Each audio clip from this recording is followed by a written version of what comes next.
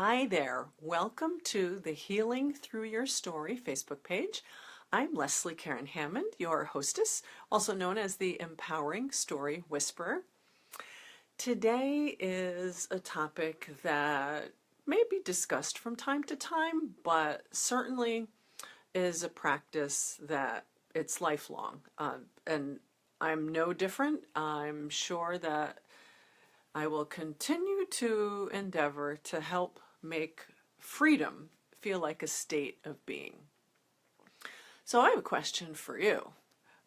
You're probably caught up in day-to-day rat race of, going to work, caring for family members, making sure that your house is all set, inside, and maybe you're delegating the outside stuff, and there's self-care. Ooh, whoever makes time for that. But there is so much to occupy your day, never mind checking email or hopping on social media and then getting sucked into a black hole, the way that can be if it isn't really fueling you and serving you. So there are so many things that are drawing on your time that it's so easy to feel like you're stuck on a hamster wheel. Totally been there. But here's the thing. Freedom can mean a lot of different things. To you, I'm sure it means something really specific. There was a time when I was gainfully employed, and freedom at that moment meant doing my own thing and not working for someone else's dream, but working for my own. And then there is also, financial freedom, which is a component of, working for yourself or someone else, and then, being able to have the wherewithal to go and do what you want, whether it's travel, it's, live in a certain place, it's drive a certain kind of car, whatever. Financial freedom means a lot to a lot of people as well. And what about in relationships? How free do you feel in your relationships? The intimate ones, the really important ones, the close ones. I'm sure you have your gal pals or, your best friends where you can say what you need to say, and either they will commiserate with you or they'll give you one of those, like shake you up kind of looks, or they'll grab you on the shoulders and literally shake you and tell you to snap out of it. But is that the exception for you, or is that the norm? So freedom in relationships, that's incredibly important too. Because in order to have freedom in a relationship, one needs to feel safe. And safety means there's an element of vulnerability that comes with that. So with all the things that you have going on in your life, how often are you able to just sit down for 5 minutes, uninterrupted, and appreciate what's around you? The chaos of everyone's day to day can take up a lot of time.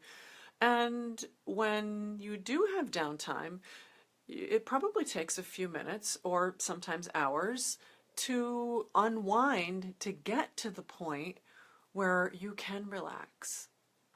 Several years ago, I would go on vacation and it would take me 3 days to chill out, unwind, and to fully be present.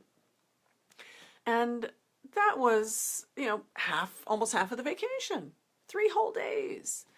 Because there was always so much going on. It was like moving at light speed, even when I was sitting or standing still.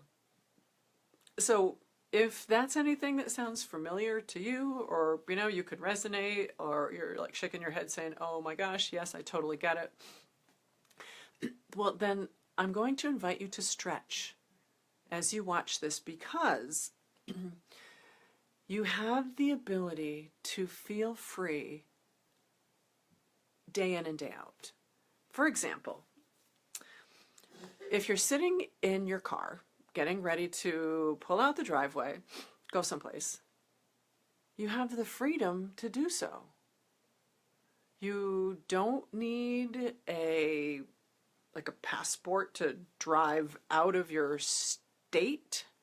Out of the country you do, but look at all the freedoms that you do have. So these are physical freedoms I'm talking about at the moment. The real meat and potatoes, or the juicy piece of today, is around an emotional and a mental and a spiritual freedom as a state of being.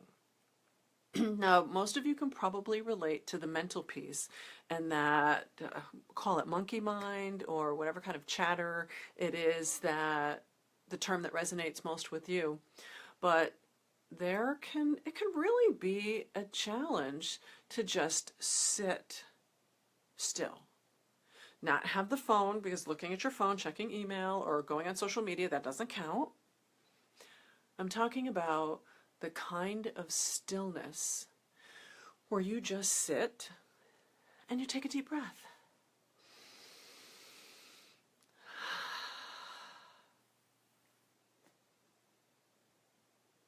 It's really simple. Take a moment and take a deep breath. If you need to go to a yoga class to do that, by all means, check one out. If going to a meditation group is what feeds you and will give you a few minutes to just zone out and be at peace, then please go explore something like that. But finding little windows of time are going to help you build that muscle of feeling free in almost any circumstance. Now, granted, even if you are working for someone else and you're not really happy, you do have the ability to use your free will at any given time. You may not like the repercussions of what it means to exercise free will, but you are free to do whatever you want.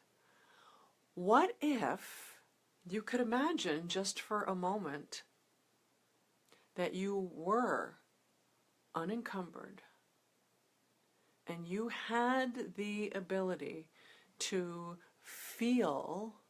So this is not a thinking thing, because the more that you start to think, then the more contained and restricted and confined you will feel. And that's not what this is about.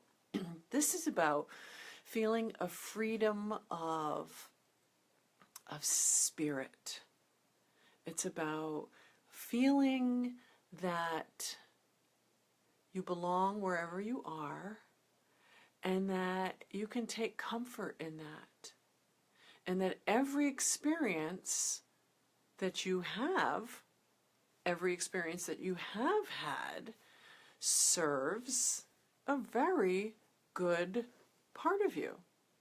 It's all meant to help build that foundation so that you can really come to understand what it is that you want, what you don't want, and what you're striving for.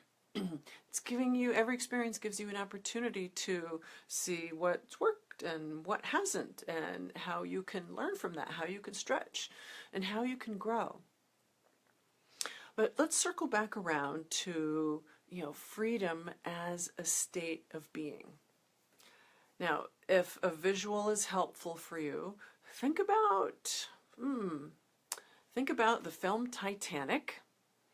All right, when Kate was at the bow of the boat, and she had her arms out and her head back, and the breeze was blowing through her hair, she was completely present and in the moment. She wasn't thinking about anything else. And that type of feeling, the essence of that, is the kind of freedom I'm inviting you to explore. Now, for those of you that are super crazy busy and a visual is helpful, then I invite you to find a photograph that is beautiful to you. It could be a digital image. It could be something like a NASA photograph, something that's out in the solar system. It could be a beautiful beach. But it's something that you can look at that will help draw away the chatter in the mind and will help draw you into the experience of feeling what it would be like to be there at that place. And this way, if you are looking at the photograph and you are focusing on a feeling and turning this into a visceral experience instead of thinking about it, it'll completely change the dynamic. So let me just check and make sure I am not missing anything. One of the things that is also really important if you're feeling trapped and you're feeling like you're suffocated, then that's a sign, it's an invitation to do something about it. And just in case you're tempted to go to that thought of, well, I don't have any choice. Yes, you do. You always have a choice. For example, if you work in a really stressful office environment and you need a job because you have bills that you need to pay, so how can you find freedom in that? If you need to, then walk outside for a few minutes. You know, now that I'm saying this, people that smoke cigarettes can have cigarette breaks, so why can't people who don't smoke, why don't they get a mental health break for 5 minutes or 10 minutes to maintain their sanity? Doesn't make any sense. Maybe we ought to declare that. But if you're in an unhealthy environment for extended periods of time, then find a way to excuse yourself for even 10 minutes and just get outside. Or get into a room where you can lock the door and you can just be in stillness for 5 minutes. So to practice freedom as a state of being, here's a really good way to try it out, kind of put your toes in the water, so to speak, is to have a seat, and you can do it with me now if you'd like. I'm going to close my eyes. So you can close your eyes and connect to your breath.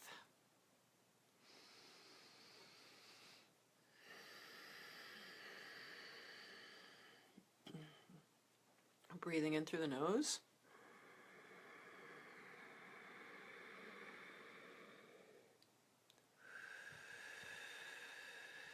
And out through the mouth. If you can find a way to do 3 breaths like that, only 3, and in the process of that breathing, focus exclusively on your breath. Visualize the air coming in through the nose and into the body and feeding every part of you. And be present in that moment of breathing. How long will it take you to take 3 deep breaths? 5 seconds? 10 seconds if you really stretch it? If you want to try and convince me that you don't have 5 seconds or 10 seconds, I'm sorry, I'm not going to buy it. You have 5 or 10 seconds. Everybody does. And if it means that you don't get to do this until you go to bed, then practice it before you shut your eyes. And if you can build up the amount of breaths that you take, then you are extending that amount of time that you can focus on one very simple thing, the breath, and the freedom of that air coming into the body and leaving the body. I know it sounds so incredibly simple. I think the most challenging part for you is going to be to remember to do it. The act of breathing in and of itself is pretty mindless, but just imagine the power of it when you focus your intent on breathing. Extraordinary tool. Breathing can help with so many things. So many things. Now, here's another thing to consider when it comes to making freedom a state of being. So I have a question. How often do you plan something? Do you make arrangements? Do you work on a project? And you have a very specific outcome in mind. So if you've been watching these on a regular basis, you may know where I'm going with this in terms of being detached from a very specific outcome. Well, I'm revisiting that because a lot of times there is this really strong sensation, this need to know what's going to happen. And with the lack of not knowing what's going to happen, then the imagination takes over. When the imagination takes over and it doesn't go into a good place, then therein lies the monkey mind problem. And the imagination going and spinning and spinning and spinning out of control. And did you ever notice it tends to spin out of control to a negative place instead of a positive place? What if you could train your imagination to spin to the positive, to spin towards the possibility of wonderful things happening? What if you could do that? I'm just saying, wouldn't life be so much more relaxing? Wouldn't you be a little bit less stressed? Not putting so many demands on the already broad shoulders that you have and the weight of everything else that you're already carrying? Just imagine for a moment, just for a moment. Now, one way that we'll say we'll go with the nighttime version and falling asleep easily, because presently, I think due to hormonal stuff, I'm having some challenges with that myself. But I find that keeping a little piece of paper right next to the, like in my nightstand, in fact, little notepad in there, and just dumping everything that's in my mind, and then it's easier to get to sleep. And I'm smiling because I'm going to that place right now of laying in a bed, being nice and toasty, being present under the covers, meaning I can feel the weight of the blankets. I can smell the freshness of the clean sheets. I could admire the gentle glow of the salt lamps in the room. If I'm playing some soft music in the background, then I can appreciate that. On a summer night, it's listening to the peepers. Now, as far as the summer night goes, if I smell a skunk, that's a little difficult to fully appreciate, but you can do the same thing in the morning. What if the birds woke you up and you could appreciate it instead of getting pissed off? Every once in a while, I get a little pissed off. Lately, they've been singing at about 5:06 a.m. But what if you could appreciate those little things before you even get out of bed? If your significant other is laying next to you and just being there for you, being present in that moment of love. What about being fully present in the moment of enjoying a child's laughter or in playing with a pet? There are so many little opportunities throughout the course of your day where you can practice feeling free. If you really want to get wild and crazy, I mean, roll around on the floor with your puppy or with your kitten. And what if you were even to kind of imitate some of those silly movements that a puppy might make?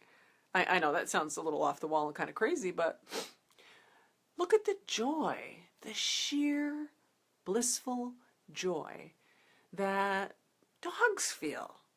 I mean, how awesome is that? It's not very often that you run into a grumpy dog. And, maybe every once in a while you encounter a cat with an attitude, but there are cats that will gladly curl up on your lap and give you love. What about being fully present in those moments? That can help you feel free. Now, another way that you can find freedom and enjoy freedom as a state of being is by creating boundaries. And the free gift this week that accompanies this episode is about how to create boundaries for peaceful living. So I invite you to go and to check that free gift out, because there's going to be some great tips there on how you can create boundaries. So I invite you to go to LeslieKarenHammond.com/10 draw the line. So LeslieKarenHammond.com/10, and that's the number 10, draw the line. Because in that gift, there are some tips about how to go about creating boundaries to help further give you that sense of freedom and getting what you want. Because it's not something that's just going to happen for you by wishfully thinking, or just by praying, or like watching The Secret.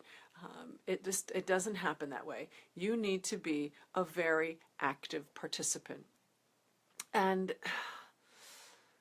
I can't stress strongly enough that it's a practice, but it's completely possible, even if you're only doing it for 5 minutes at a time. Even if you're practicing this state of presence and freedom for 30 seconds at a time. But in doing so, if you can connect to the breath and feel that timelessness, that disconnection from the day-to-day chaos, and that connection to the divine, you will find a little bit of bliss, and you will find some peace. And in the process of that, your blood pressure will go down, and you'll be able to catch your breath. And when you build the muscle of doing that more and more frequently, you'll find you're happier. You might smile more often. You might find you feel better. You might find that you start coming from the heart, more from the mind. Now, in addition to that, to awesome gift about creating boundaries, I also invite you to check out a private Facebook group called Divine by Design, because you are divine by design.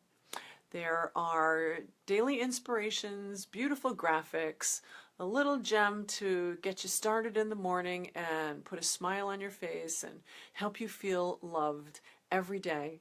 Sometimes there's a question to get you to think about something that makes you happy. So I invite you to go check it out. The Facebook group is Divine by Design, and I would love for you to be a part of it. So just click on join, and once I see that you're interested, then we'll pop you right in that group. Love to have you there. And if creating boundaries is something that is important to you so that you can live a peaceful life, then check out the gift this week, which is at LeslieKarenHammond.com/10. That's 10, draw the line. Well, thanks for watching. It has been a pleasure. So much love and light to you. And here is to you turning freedom into a state of being, not something that you have to continually chase, but something that you can experience right now or any time that you desire. So thanks for tuning in. Lots of love and light to you. Many blessings, and we'll see you next week. Bye for now.